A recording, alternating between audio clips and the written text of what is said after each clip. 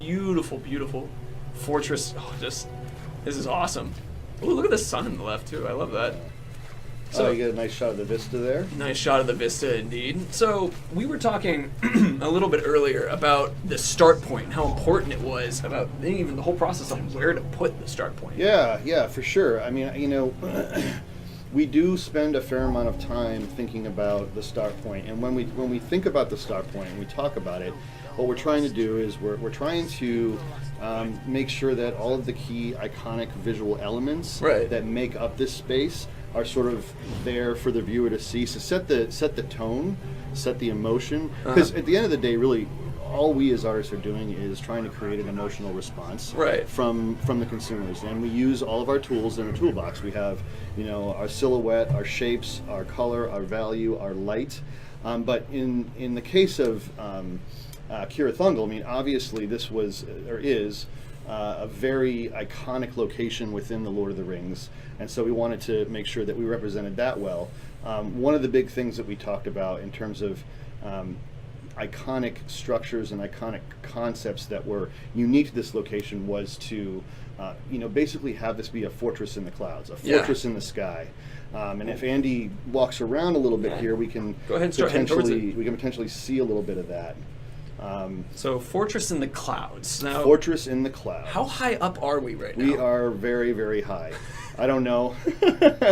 One of the higher peaks in Middle Earth is what we'll say.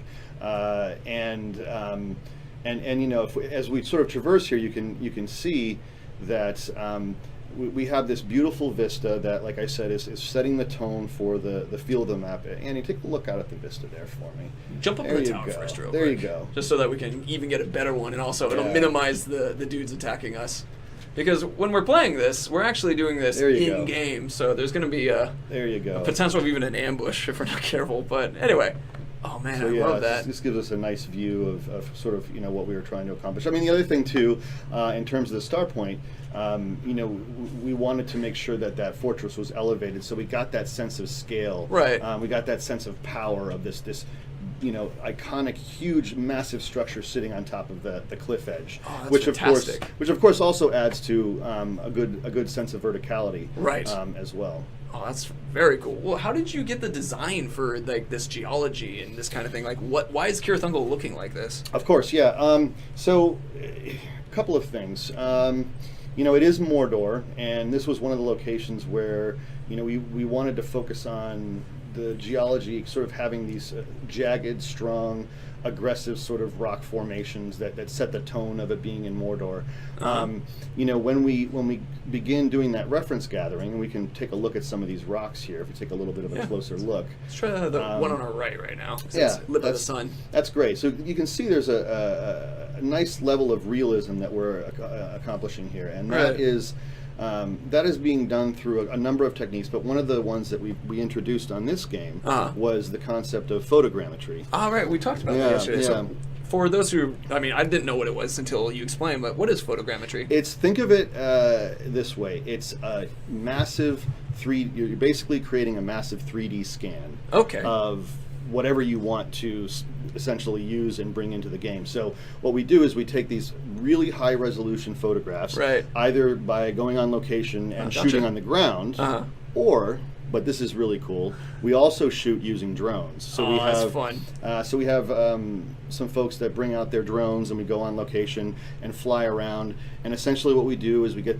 like I said, these high resolution photographs. We scan all this information, and then we bring that into the engine, and that helps generate the geometry and then also the materials. Oh, that's fantastic. And it's a thing that's been around for a long time, but it's sort of newer to games. It used to be, it started out with being used by cartologists and by the government in terms of trying to get basically intelligence on information. And it's been used in film for a good amount of time, but over the last couple of years, it's been introduced into games, and it's really helped bring that level of realism and authenticity up to a whole nother level. Oh, that's amazing. And for a reminder for everybody watching, we're playing this at 60 frames per second, and then because we're on Twitch and YouTube and that kind of thing, it's at 720p. So we're actually, the TV we're using is 1080p, and then we have 4K. And so just as a reminder, like, if this is how it looks at 720p, so you guys have a standard to know.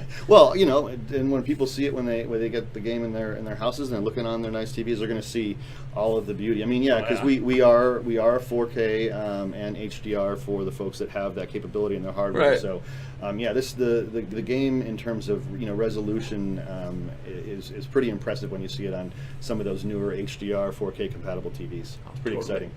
So it's at this moment, I mean, with those incredible TVs, you guys will be able to take this opportunity to. Poor Andy is getting attacked by everybody, but see, you can throw people off. They like you, Andy. There you go. So you can throw people off these cliffs. They're interactable as well. But we were going to take the opportunity to admire this fortress a little bit. And actually, I mean, as we're looking at it, let's go ahead and run to that crane that's up in the top right there. That's another one of the features that we can interact with. But so where did these big caves come from around us? Well, that's a great question. I think I'll try and answer it from a couple of angles. You know, as we were talking a little bit earlier, when we're looking at creating a location, what we're trying to do is come up with these signature visual elements that define it and that make it unique from the other biomes that the players are going to experience. And as we know now, we have way more levels than we did in Shadow of Mordor. We have a much larger array of biomes, and they're all very, very diverse. So in the case of this location, one of our high-level goals was, let's create this open, beautiful looking vista, and that's a great shot. Can you hold on that, Andy? And then we wanted to contrast that on that with this massive cave structure. So what we're looking at right now is actually about 1/6 of the level. To our right, 1/6, something like that. To our right is a massive cave structure.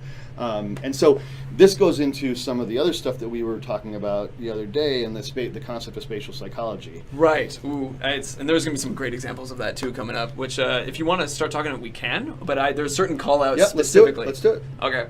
So to jump to some comments that I've been seeing going through, I think my favorite one was a couple people who I can't, some people are like, oh my god, I love rocks, and some people have been asking to look more at the rocks. And so I'm not sure how sarcastic some of these are, or how from the heart, because I'm watching the rocks, I'm like, I think they like it too. So, man, we love the rocks. We'll watch all rocks. Rocks are cool. Rocks are cool. There's a lot of rocks in the game. A ton of rocks in the game. So with that, actually, let's go ahead and show off a little bit, because before we get into spatial spatial psychology. Sure. And I wanted to talk a little bit about our terror tribe, which is currently... So at the top of this spire with the Graug who's being hung there, which I think my favorite comment was, no Graugs were harmed in the making of this fortress. No Graugs were harmed, I swear to God. No. So yeah, I mean, that right there is a really good example of some of the concepts that I'm talking about. And you can see, I mean, okay, first thing to notice is we all know how big a Graug is. Graugs are huge. Oh yeah, it's They're huge beasts. But look at how small that is, and that is at actual size relative to the scale of the fortress. And so right there you can see that Graug is being tied up, and the Terror Tribe is basically letting everybody know, you want to come closer to this fort? Well, this could happen to you. Oh man, that's an awesome one, and we can do it to a Graug of all things. So yep. Man. There's a couple other things too, like you can notice on that spot on the top fortress spire, and also to the left garrison, there's these blades, these sort of big metal blades. Let's go ahead and start moving into the fortress, and we can see some of them up close. Yeah, we can take a little bit of a closer look there. Oh, here's some cool stuff. Oh yeah, I would love to hear a little bit more about, like, because there's a giant gap in this fortress. Like, why? What's going on here? Yeah. Again, it's going back to that concept of spatial psychology and also playing with verticalities. Okay, so right here's an example.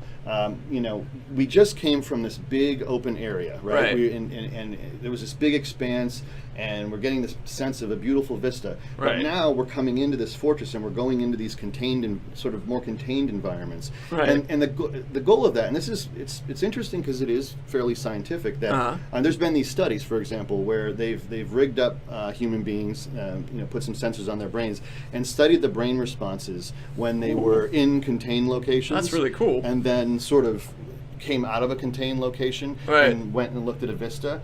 And I mean, this is just such an animal response. I mean, think about it, we are all journeymen, we're all travelers, we're all explorers. And so that's why when, you know, people are playing games or they're watching films, you know, you see those beautiful panning vistas of a location to set the stage. It's because that gets people excited. So right now, I guess we can control everybody's brain for a moment. Andy, if you could turn around and go ahead and head us upwards. We're going to make everybody have this moment of like lighting up our EKGs and that kind of thing. Yeah, for sure. Well, that'd be fun. Yeah, for sure. And this is, you know, this also, we like to have fun with designing opportunities for really interesting traversal and cool verticality. And so, yeah, you started out in that open vista, you came down, you're in sort of that more contained environment, and now we're up top and we get another beautiful shot of the vista, and we get a great sense of scale and so forth. That's so cool. So I guess scientifically we're all lighting up according to this at the moment. That's fun. Andy's going to mind control us from Smash C. Exactly. So it's check out the guys on the spikes right there. Yep, there's another example of the Terra tribe just making sure that whoever's coming up here knows what they're heading for. Right. In fact, we can see a little bit of a closer shot of the Grog here on the gatehouse. So he's actually attached to a torture wheel. These were things that actually existed in medieval times. So, you know, once again, us bringing that level of authenticity into all forms of torture. I mean, it's both appreciated and that's crazy. Let's actually to another opportunity, because we talked about the size of this keep and that kind of thing. Yes. Let's Andy, let's go ahead and start climbing it. And there's a story that I loved that we're talking about, which is how did this keep get here? And that was a question in chat even. They're like, why is this here? How they Yeah, so from the highest level, I think the way we think about this stuff is, you know, we go to world story, and, you know, when we start building these environments, we're always talking about, you know, what is the world story? What is the history? What was here before? You know, what's here now? Because, you know, it's interesting, you know, human beings are so trained to be able to know when something doesn't look real or it doesn't look authentic, and you know, when you have these layers of history, which I'm going to get into in a second, it just it increases that sort of world story and that sense of history. So this particular it's a great shot. I know. Look at that Grog, he's so happy. Oh, he is. This particular tower was inspired by Numenorian architecture, and as we know with the Numenorian race, you know, they were this very powerful race that had incredible craftsmanship in terms of how they built their structures, and so this is something that's been here for a long time. So it's that layer of history. So we have this Numenorian structure that existed here for a long time, and then we have the layer on top of that, which if we look down, we see some of the Gondorian-inspired architectural buildings that make up the interior of the keep. And then, of course, on top of that, we have the inhabitants that we're currently seeing in the time frame that the game takes place, which is the orcs. So they've basically taken this over and made it their own. And in the particular case of what we're looking at right now, this is the Terra tribe, and that's really one of the amazing, unique features about, you know, the game, is that depending on, you know, every player that plays this game, depending on what overlord is in charge here, they're going to see, you know, a fortress that's going to look, you know, completely different and custom catered to that particular overlord and your play. But even more, you know, the lighting changes. So, you know, the lighting that we're looking at right now is the lighting atmosphere and mood is associated with the Terra tribe. So each one of these tribes affects the entire world. Right. So, I mean, so the sun is a different color right now then. So go ahead and actually give us a view of like that red sky again. So if we had, let's say, the Marauder tribe here. Yes. Or we can not look at that. Oh yeah, we can jump off. We can see Andy's jumping skills. I think actually my favorite part about that was Andy and I were practicing this today, and he accidentally jumped off, and he's like, "I really hope I don't do that." Well, dude, whoops, it's okay. Well, that's a great view of the clouds. Look, you found something even better. Happy accidents. Yes, exactly. I love happy accidents. Can you jump up on there? I think so. There we go. Ooh. Yeah, you get a really good sense of the scale. So yeah, as you were saying, if this is the Marauder tribe, for example, it would be a clear blue sky, type day, not nearly as much atmosphere, and we do that because the Marauder tribe is all about pillaging and stealing everybody else's treasure. Right. And so, what better way to show that off than to have a nice clear blue sky? You get that nice hit of speck on all that gold and silver. Oh, I love that. So the Marauder tribe with the gold and silver kind of look, and then so for Terror right now we're having that dark red kind of on everything. Yeah, some of the words that we talked about when we first started developing the Terror tribe was a world painted in blood. So the idea was to go with a more of a sunset sky, and if you look at some of the buildings, you'll see that there's blood dripping down the sides of the buildings because that's cool. The Terror, and you can see a little bit of it right there, even because the Terror tribe likes to celebrate their kills, their torturing. Oh, that's cool. They're a happy group. They are indeed. I mean, well, they relish in the pain, I guess. They relish in it. Yes. Well, let's go ahead and jump off the tower now. Actually, on purpose this time, and which honestly, it was a very beautiful swan dive. I don't brag or anything. Yes. This one might have even been better. Yeah. Well, let's do a little bit more of that spatial psychology, because to the left, actually, I think is a really fun moment, because we just come from the top of the tower, and then go ahead and run off towards the left real quick. And so suddenly we're shrinking again, but then we can even jump off this little wooden diving board right here. Yeah. And then we even drop to a lower moment. Yep. And it's so that changing in verticality and that change in space and size. So you were saying that it lights up. Oh, these guys are training. That's awesome. Yeah, I know. The world is just alive. Just waiting for us to explore. When we were testing this earlier, a guy was throwing a hatchet at the target like that, and he missed it, and it bounced off, and we kind of had it was just good job, try again, big guy. That's awesome. Oh, man. So, we had a question. Currently, right now, we are demoing on Windows 10, just so you guys are aware, it's PC. And let's go ahead and jump across that chasm. Or first push. Oh, he died at the edge. And let's see. Oh, this is cool. So, we were talking a little bit. What's the yellow spots that are on a lot of these buildings right now? Oh, yes.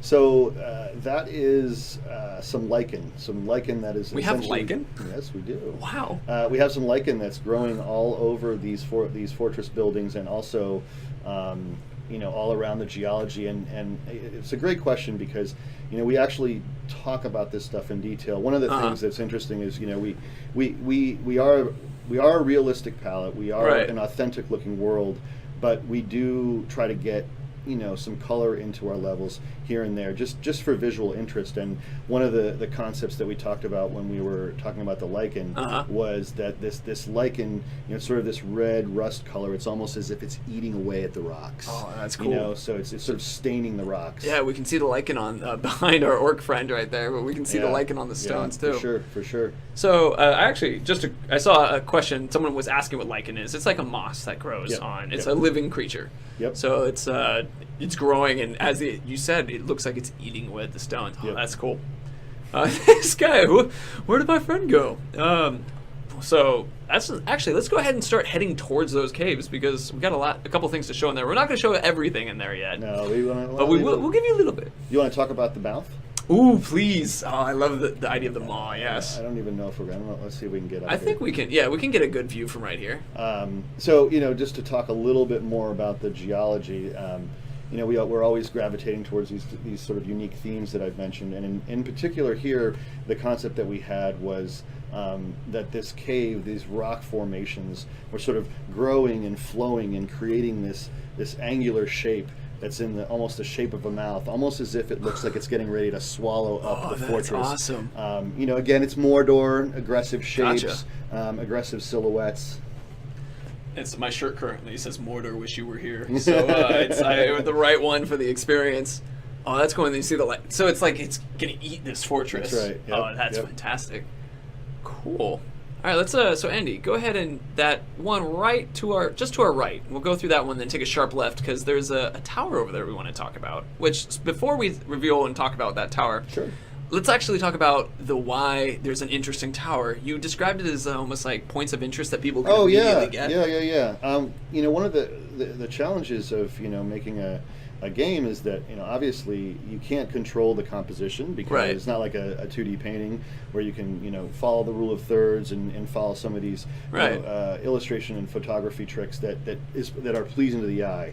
So what we do in a 360 world game where you can explore anything is we try to make sure that from as many angles as possible that there are these iconic structures or iconic geological elements to draw the eye, to create visual interest. And in many cases, a lot of the times these, and in this case it is true that this big iconic structure that we're going to go and check out also has a gameplay opportunity. Right. So a lot of times what we'll do is we'll have something that's towering in the sky that actually has a purpose. It's drawing the consumer and the player towards it as a point of interest. But it also just, from its simplest form, it's breaking up the silhouette of the world so that you have, like we were talking about, elevation change. Right. And just, and of course it offers you these gorgeous vistas. Really cool vistas, so you can check out the world. Right. Actually, Andy, could you look up to see if, to the left a little bit? I want to see if we can get a bit of more of that mouth look to the right too. Oh yeah, oh wow, it just continues to tower up and over. That is cool. So actually, now that you mentioned this is a gameplay involvement, in fact, you guys can see there's a little icon here. So this is what we call a high deer tower. Basically, these are the exchange of what we have now is, instead of the Tower of Silver, we use these. And so they're allowing you to look and find new points of interest, including things we call Sheila puzzles, which we'll let you guys find. The Ithilden, which we actually had about 2 weeks ago on a stream. We were talking about that with the Celebrimbor legendary gear. And then also you can pick up Gondorian artifacts. And so using these towers, they turn into fast travel points as well as ways you can discover these things. Yeah. But we'll let you guys play with those at a later time. There's just this industry that's forming and these rocks that are being grafted and mined to create all. You can see they're carrying them right now. Yeah, they're carrying them right now, getting ready to take out Minas Ithil and whoever else is in their way. Oh, that's cool. They comment that so when we were talking about Isengard, there's a YouTube video where they take Legolas and have him talk about they're taking the hobbits to Isengard. It's a techno, and now a couple people in chat were singing it, and it's now you put it in my head, guys. Thanks. I'm trying to focus. Oh man, I love the way that you can see the sparkles of like the dust from that one beam of sunlight. Yeah. That's lots of little atmospheric tricks that we use here. I mean, atmosphere is everything, in terms of creating a mood. And in this particular area, we really amped up the fog and the particles to give that sense that there's all this activity, and it's almost like the industry is choking the air. Right. And again, that's a concept of creating a mood and creating a feeling and trying to get an emotional response from our players. Oh, man, it's so pretty, and I love how you can see it look back out and go in that direction. There's your spatial psychology. Oh, you're right. It's that moment of like you're compressed and then you have it open. Yep. Oh, that's cool. Let's see.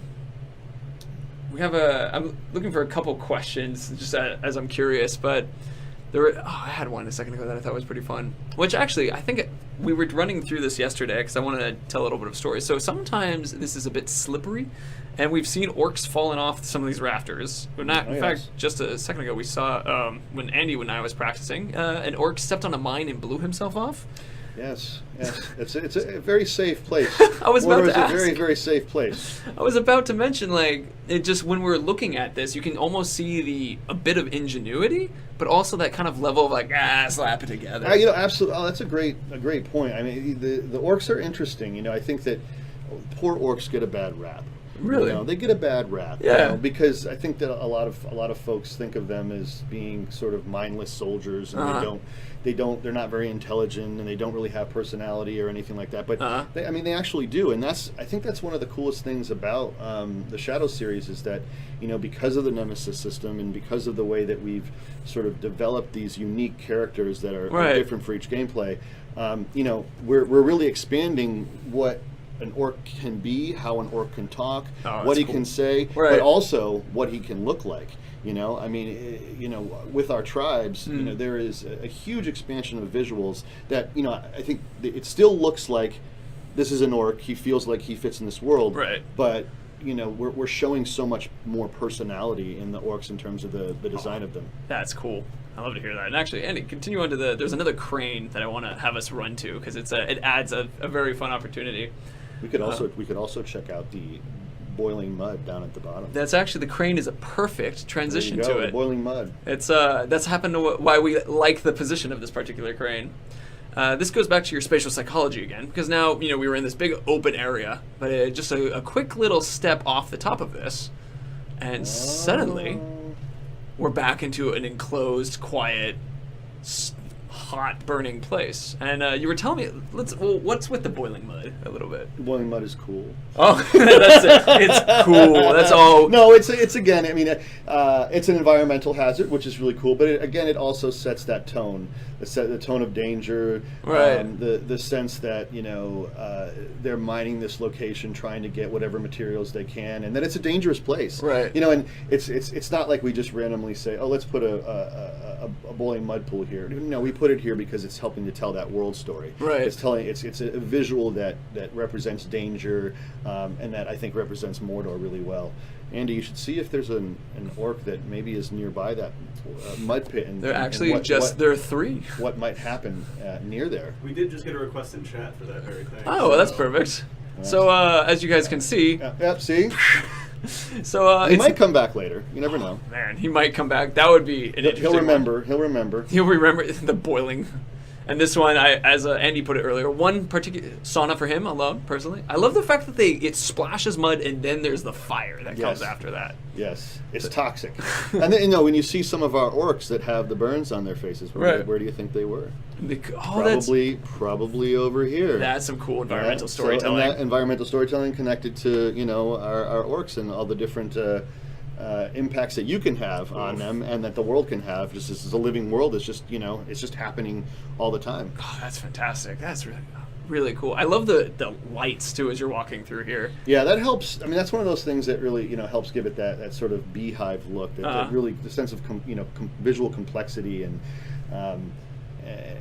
just I think helps sets the tone. Right.